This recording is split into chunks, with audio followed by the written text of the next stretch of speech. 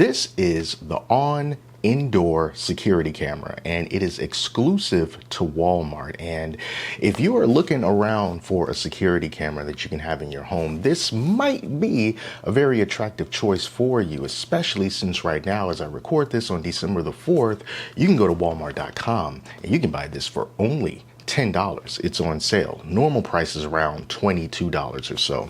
But the big thing about this particular camera is the heavy Google integration that is built into it. And while that may sound attractive at first, that also may be a detriment if you want to purchase this camera. So I'm going to show you what it can do, but I'm also going to warn you because this may not be the camera that you want to pick up. So let's go over some real quick specs here. Now, this is a 1080p camera, high definition camera. It does have a microphone for two-way audio. It's got a digital zoom, infrared night vision. You connect it to your home network via Wi-Fi. The field of view is 130 degrees diagonal by 112 degrees horizontal by 60 degrees vertical, and it is powered by a USB-C cable with an included AC adapter. It says here on the back that you can control all of your smart home devices from one place with the Google Home app, which unlocks smart features such as intelligent alerts that can identify people, pets, packages, and more, plus video history with a Google Home subscription. That's going to be one of the big deciding factors when it comes to this camera. The fact that a subscription is very much required if you want to get some decent use out of it besides just live streaming. But let's open up this box. Let's see what it looks like. So first, let's take a look at the camera, and here it is. Now, if you're familiar with some of the cameras that Walmart sells, like the Roku camera, for example, we know that those cameras are based on older Wyze cameras, and I'm not sure if this is based on any other existing camera, but this is not the same size as the Roku camera. It definitely feels, well, it feels a little bit bigger. It's a little bit bigger than that Wyze camera, but there it is right there. And then you also get inside of the box a mounting solution. Here's a little mount here. And then we got some hardware inside this bag if you want to mount it somewhere. And then there's our power adapter and our USB-C cable. And then the quick start guide, the all-important quick start guide, and some information about the Google Home subscription, which you would need to get in order to, access some very important features, such as looking back at some video history. Let's say that if there was something detected on this camera and you wanted to see a video of it, you would need the Google Home subscription that starts at $10 a month in order to view 30 days of detection history. And then there's also a more advanced plan for $20, and that's going to get you 60 days of event video history. All right, so let's get this set up. So at first I had it plugged in. It had automatically recognized the camera on my phone. It just automatically popped up, but I didn't have it plugged in good enough. So when the power cable went away, I wasn't able to set it up anymore, but I was able to just plug it back in and go to the Google Home app and then just click on add a new device. And then here we are. This is the same screen I was on before. So Matter enabled device. I'm going to hit next. And it wants me to scan the QR code, I guess, on the bottom of the camera. Weird thing here, it says unsupported QR code. Try a different QR code or use the 11 to 21 digit pairing code on the device instead. Okay. All right, so I typed in that code, and now we're at privacy guidelines. Go ahead, improve my camera. I'm just going to say no thanks. And then connect this to my Google account. So I'm going to agree, get ready for setup. I am ready. The manufacturer recommends following their setup process, blah, blah, blah, blah, blah. I'm just going to say continue anyway. It's connecting to the camera, generating credentials. It connected to my Wi-Fi, it was added to my account. I got a notification, and I am going to hit done. All right, so people have been saying they've been having a hard time trying to set up this camera, but that was pretty easy, so no problems there. I'm going to put this in like the garage. So I'm just going to say garage, I'm going to say next, call it garage device, I don't care. It's going to get the device ready, and we will check back when it's done. So now the camera has been updated. It did that by itself. And now I have to choose whether I want to turn on video history. It says that the camera device comes with event recording and saves what your camera detects from the past 3 hours. And depending on local laws, you may need to display a notice that the recording is in progress. When disabled, you will see on live video only. Person detection will also be turned on when you turn on video recording.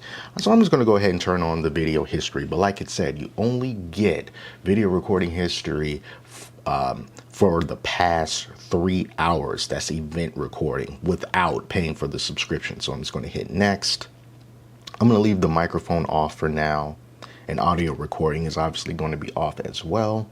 Now we get to this screen here, which is to update to Google Home Premium for 30 days to try out advanced Gemini for home features on all of your compatible devices.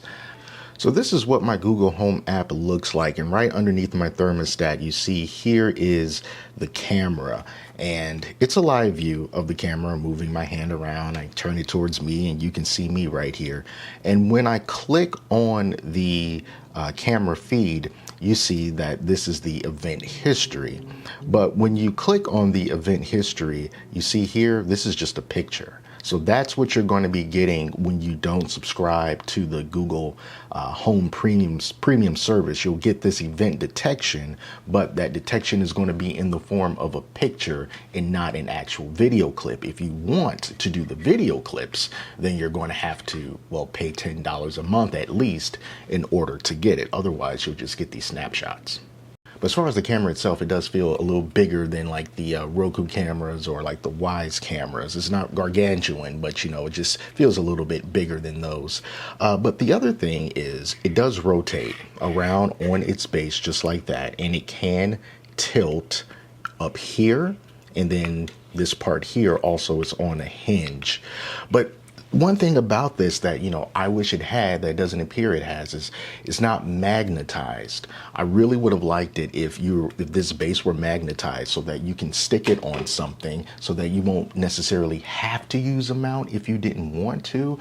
I wanted to stick these like on the frame of like one of my 3D printers so I can monitor prints from this camera, but I'm not able to do that because it's not magnetized. So that is a bummer. But the biggest bummer of all is going to be if you purchase this camera and you want to look back at your video recordings, because another thing about this is it does not include a micro SD card. Now, even on cameras like the Roku cameras or the Wyze cameras that also have these optional subscriptions, they still have a slot for a micro SD card. And so you could choose not to subscribe and just have the camera running and recording 24 hours a day. And if something happens and you need to get that footage, you just take out that SD card, put it in your computer, and you can go through all of the files of everything that it recorded. Depending on how big your SD card is, you can have several days worth of recorded footage. And granted, you will have to sift through it yourself in order to find the exact spot that you want to get, but you have all of that right there on that micro SD card. There is no storage on here that a micro SD card is used for. So you are essentially locked in to using that cloud service if you want to see your video playback, something that's already happened. You don't need a subscription to view the live view, but for things that are recorded and you want the video version of that, then you have to subscribe. And I think that is going to be a big deal breaker for a lot of people, especially if this is the only Google Home camera device that you have. Maybe you don't have other Nest cameras or Nest doorbell, where maybe you're already paying the $10 a month and then you just lump all of those devices in under that one account. If this is just going to be your home security camera that just so happens to have the Google Home Premium subscription required in order to use all of it, that might not be something that you are too interested in doing, especially since you cannot have local storage on this thing. So please be aware of that. Despite the price that is $10 at Walmart, and it is a very good deal for a security camera, just know that it's going to be $10 every month after that if you want to see the video, and that in and of itself is probably a deal breaker.